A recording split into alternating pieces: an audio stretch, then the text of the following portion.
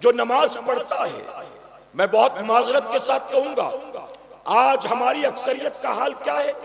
یہ جو مجمع ہزاروں کا یہاں آ کر بیٹھا ہے، آج ہمارا حال یہ ہو چکا، ایسے جلسوں میں ہزاروں جو آتے ہیں، ہماری اکثریت عشاء کی نماز پڑھ کر آتی نہیں، اور گھر جانے کے بعد فجر کی نماز میں اٹھتی نہیں۔ نہ عشاء پڑھ کر آؤ، نہ گھر جا کر فجر کی نماز پڑھو۔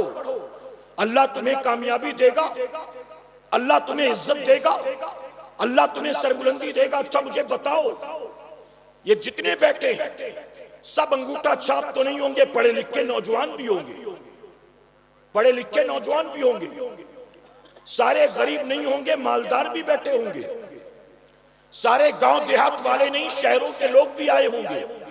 آج بتائیے، دنیا کا کوئی ایسا مسلمان ہے جس کو یہ معلوم نہیں ہے کہ 24 گھنٹے میں 5 وقت نماز فرض ہے؟ آپ کہتے ہیں کہ کوئی ایسا جس کو نہیں معلوم؟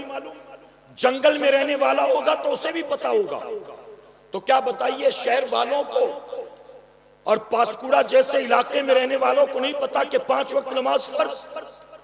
24 گھنٹے میں 5 وقت کی نماز فرض۔ ہر عاقل بالغ مسلمان مرد و عورت پر نماز معاف ہے، تو کس پر؟ اس پر جو مسلمان نہیں۔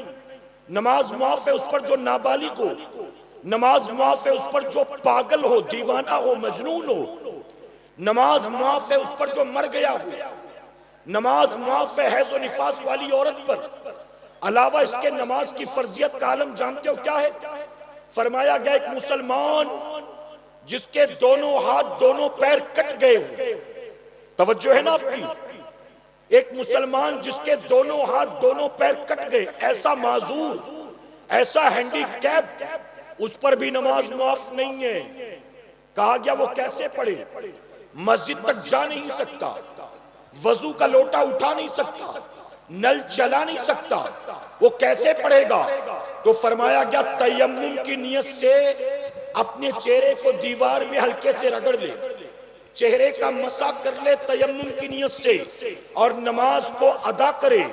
بلکہ یہاں تک فرمایا گیا ایک عورت، اعلیٰ حضرت عظیم البرکت لکھتے ہیں، ایک عورت جس کو لیبر پین ہو رہا ہو، جس کو درد ذہ ہو رہا ہو، بس ڈیلیوری ہونے والی ہے، اسپتال لے کر گئے، اس کو اسٹریچر پر لٹایا گیا، اندر وارڈ میں لے کر جا رہی ہیں، ڈیلیوری کے درد میں تڑپ رہی ہے، لیکن بچہ ابھی باہر آنا شروع نہیں ہوا، ابھی جسم سے ناپاک خون نکلنا شروع نہیں ہوا، ابھی درد میں تڑپتی ہے لیکن ڈیلیوری شروع نہیں ہوئی، اور نماز کا وقت ہو گیا، تو فرمایا گیا وہ نماز بھی اس عورت پر فرض ہے۔ آپ بتائیے وہ نماز بھی اس پر معاف نہیں؟ جس کے دونوں ہاتھ دونوں پیر کٹ گئے ہوں ایسے مسلمان پر بھی نماز معاف نہیں؟ اے رات بھر پب جی کھیلنے والوں، تم پر نماز معاف ہوگی؟ رات بھر یوٹیوب پر گندی گندی فلمیں ڈرامے دیکھنے والوں، تم پر نماز معاف ہوگی؟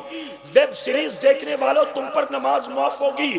ٹک ٹاک پر، ریل پر دوسروں کی بیٹیوں کو ننگا ناچتا ہوا دیکھنے والوں، تم پر نماز معاف ہوگی؟ آپ بتاؤ رات بھر جو لوڈو کھیلے گا، پب جی کھیلے گا، یوٹیوب، فیس بک، انسٹاگرام پر لگا رہے گا، اور ایک وقت کی نماز معاف نہیں ہوگا، نماز نہیں پڑھے گا، کیا اس پر نماز معاف ہوگی؟ میرے پیارے آقا علیہ الصلوۃ والتسلیم کے پیروانوں، اللہ قیامت میں جب پکڑ فرمائے گا نا، میں منبر پر موجود ہوں، پوری ذمہ داری کے ساتھ کہتا ہوں، اللہ قیامت میں جب کسی بندے کی پکڑ کر لے گا تو پوری کائنات مل کر بھی اللہ کی پکڑ سے تجھے اور مجھے بچا نہیں سکتی۔ یہ آوارہ گردی، یہ دنیا داری، یہ نفس کی لذتوں کے چکر میں رب رسول کی نافرمانی، میرے پیارے آقا کے پیروانوں، نماز بے حیائی اور بری بات سے روکتی ہے۔ ذرا دیکھیں، صوفیہ فرماتے ہیں اللہ نے قرآن مقدس میں 700 مقام پر نماز کا حکم دیا۔ کتنے مقام پر؟ سارے کہیں بلند آواز سے، کتنی جگہ پر؟ جن کو نہیں سنائی دیا ان کے لیے ایک بار بولے، کتنی جگہ پر؟ 700 مقام پر۔